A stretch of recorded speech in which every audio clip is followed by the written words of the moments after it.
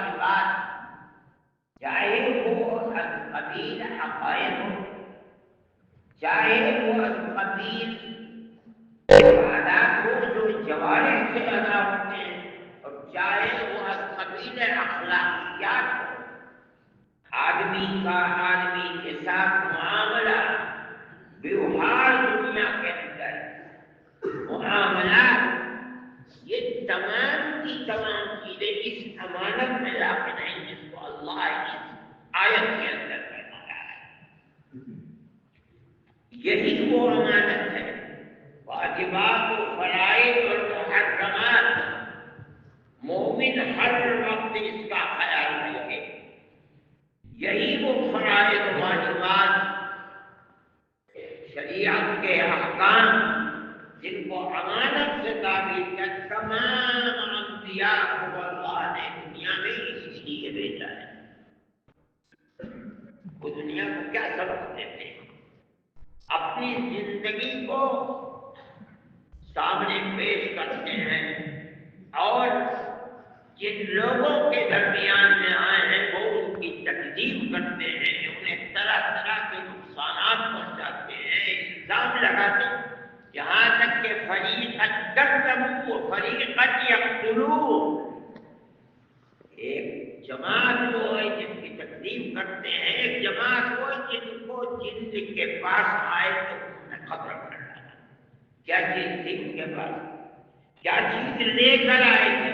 صفت امانت، جس کو قرآن نے آسمان، زمین، پہاڑوں کے سامنے پیش کیا اور انہوں نے انکار کر دیا، اور آدم نے اوڑھ لیا اپنے اوپر، لے لیا کہ اے اللہ میں اس کو قبول کرتا ہوں۔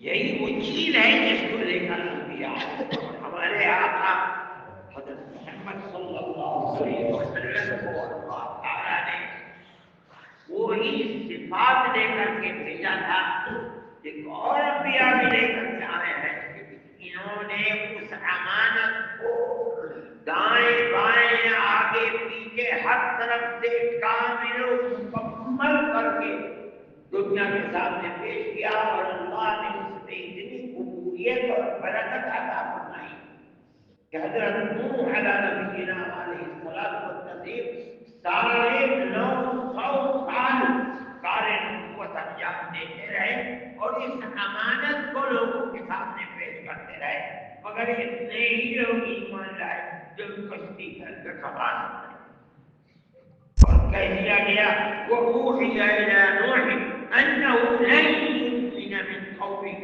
إِلَّا مَنْ قَدْ آمَنَ، بس انہوں نے ایمان کر دیا، سارے لوگ اٹھا کے ان کے بعد وہ ایمان میں کے بعد وہ تباہی آئی کہ دنیا تباہ ہو گئی۔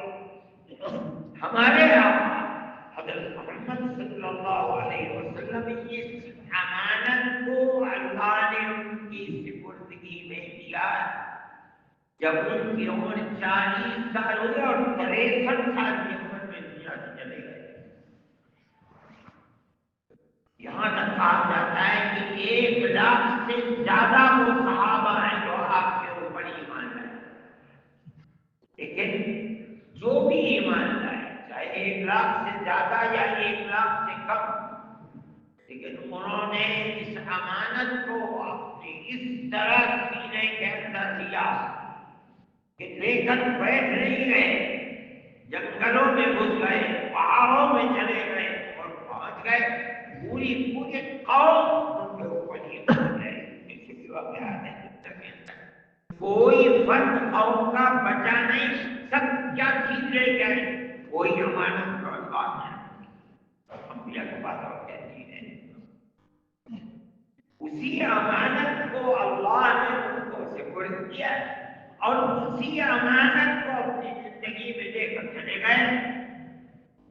صحابہ نے اس امانت کو لیا، جو ان کی بلندی اور برتری ہے کہ کوئی صحابی بیٹھا نہیں بغیر اس امانت کا پرچار کیے ہوئے لے کر کے۔ اسی لیے نبی کریم علیہ السلام نے صحابہ کے بارے میں فرمایا ہے کہ میرا صحابی جہاں بھی دنیا کے اندر پہنچا ہے قیامت کے دن اٹھے گا تو تنہا نہیں قائد بن کر اٹھے گا، اس کے پیچھے چلنے والے بے شمار لوگ ہوں گے۔ کیوں؟ یہ لوگ ایمان اس کی کوششوں کی بنیاد کے اوپر، اس کی تبلیغ دین پر ایمان لائے، قیامت کے دن اٹھے گے تو اس کے ساتھ ساتھ اس کے پیچھے پیچھے رہیں گے، ایک امت اس کے پیچھے چلے گی جماعت کے۔ تمام پوری چیز نبی کریم علیہ السلام تک انبیاء سابقین سے لے کر جس چیز کا پرچار ہو رہا ہے، امت کے دلوں میں بیٹھایا جا رہا ہے، اس کو سمجھایا جا رہا ہے، ایک ہی چیز ہے، اِنَّا عَرَضْنَا الْأَمَانَةَ عَلَى السَّمَاوَاتِ وَالْأَرْضِ۔ اسی امانت کا سبب ہو رہا ہے۔ میرے بھائی، میں صرف یہی بات کہنا چاہتا ہوں کہ انبیاء تو چلے گئے، ہمارا ایمان ہے کہ جناب رسول اللہ صلی اللہ علیہ وسلم پر سلسلہ نبوت و رسالت ختم ہے، اب کوئی نیا نبی پیدا نہیں ہوگا۔ ہاں، آپ ہی کی لائی ہوئی شریعت کی خدمت کرنے کے لیے آخری نبی کو بنو اسرائیل سے بھیجا جائے گا۔ یہ بنو اسماعیل میں آخری ایک ہی نبی ہے، تم ان کی دین کی خدمت کرو، دنیا میں آئیں گے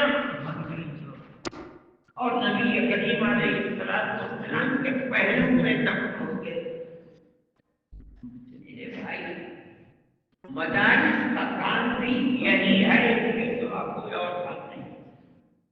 یہاں جو تعلیم ہوتی ہے وہ وہی تعلیم ہے، امانت کی تعلیم۔ إِنَّا عَرَضْنَا الْأَمَانَةَ عَلَى السَّمَاوَاتِ وَالْأَرْضِ فَأَبَيْنَ أَنْ يَحْمِلْنَهَا وَأَشْفَقْنَ مِنْهَا وَحَمَلَهَا الْإِنسَانُ۔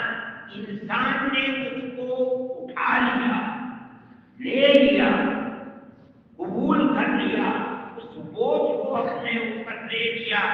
وہ کیا بوجھ ہے دنیا جانتی نہیں۔ مدارس اسلامیہ ہیں، ان کا کام ہی یہ ہے کہ وہ بتائیں کہ امانت ہے کیسی۔ صبح سے شام تک جو کچھ پڑھایا جاتا ہے اس کی اصل قرآن ہے یا حدیث ہے، یا ان سے دونوں سے نکلی ہوئی چیز ہے، اسی کو پڑھایا جاتا ہے۔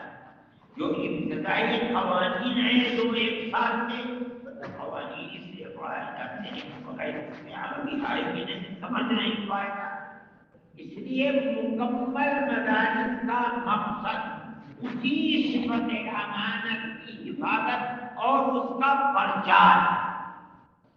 اگر دنیا کے اندر کسی آدمی کو یہ پتہ چلتا ہے کہ فرائض کیا ہیں، واجبات، معروف کیا ہیں، منکر کیا ہے، انہیں مدارس کو سنتا ہے۔ قرآن کیا ہے، حدیث کیا ہے، اللہ کیا فرماتا ہے، اللہ کا نبی کیا فرماتا ہے، انہیں مدارس کو سنتا ہے۔ وہی جو امانت بالکل ابتدا میں پیش کی گئی تھی، اسی امانت کی حفاظت سلسلے نبوت ختم ہونے کے بعد اب صرف جو باقی ہے وہ مدارس سے، علماء سے جو پیدا ہوئے، اور ہمارے ملک میں تو کوئی اور سبیل ہے بھی نہیں اگر کے۔ اگر کسی جگہ جمع ہو کر کے میں کہتا ہوں کوئی آدمی اللہ کہتا ہے، وہ اس سب کا نہیں مدارس کا ہے۔ کوئی آدمی اذان دیتا ہے مسجد کے اندر، نماز پڑھتا ہے، پڑھاتا ہے، انہیں مدارس کا سب ہے۔ فرمائے ایسے ماحول میں جہاں مسلمان اقلیت میں ہے، پھر دوسری چیز دنیا میں بستا ہے اقلیت کے اندر، اقلیت میں ہے اور اس کی چراغ اور روشنی کو اکثریت کا بہت بڑا اثر نہیں، بہت بڑا طبقہ اس چراغ کو بجھانا چاہتا ہے، لیکن وہ چراغ زندہ ہے، کہاں سے زندہ ہے؟ ان مدارس سے زندہ ہے۔ آپ اس کی قدر کو پہچانیں، یہ مدرسہ آپ کو دے کیا رہا ہے؟ آپ آئے کیوں ہیں؟ آپ اسی امانت کو لینے کے لیے آئے تو بالکل ابتدا میں اللہ نے آپ کو دی. آج تک وہ امانت محفوظ ہے. علماء امت اس کام کو کرتے کرتے چلے گئے، سلسلے نبوت بن گئے. اللہ نے ان کے دل کے اندر ڈالا کہ آج سے تقریباً 150 سال پہلے انہوں نے اس مدرسے کی بنیاد رکھی. کتنے افراد پیدا ہوئے. اللہ کے نبی نے فرمایا تھا کہ میں نے ابھی بتایا کہ میرا ہر صحابی جہاں سے اٹھے گا آئے پر چڑھ کے اٹھے گا. میں سوچتا ہوں کہ الہ العالمین حضرت نانوتوی بھی اٹھیں گے تو کتنے ان کے پیچھے چلنے والے ہوں گے. لا یعلم الا اللہ. ساری دنیا کے اندر میں افریقہ کے جنگلوں میں گیا اور میں نے دیکھا کہ بیٹا ہوا قرآن پڑھا رہا ہے اور میں خدا کو گواہ بنا کے رہا ہے ایسا پڑھتا ہے کہ قرآن کو کالے بچے جھوپڑیوں میں لے گئے والے کہ مجھے رشتہ نہیں لگا میرے بچے کا قرآن نہیں پڑھتے.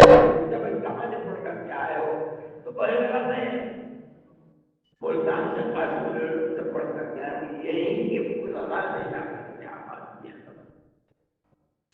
لوگ پہلے یہ لوگ سب کے سب دنیا میں جہاں بھی رہے تھے حضرت نانوتوی رحمۃ اللہ علیہ کے اور حاجی حافظ صاحب کے پیچھے پیچھے چلتے. ہمارے اکابر آگے آگے ہوں گے اور یہ پیچھے پیچھے ہوں گے.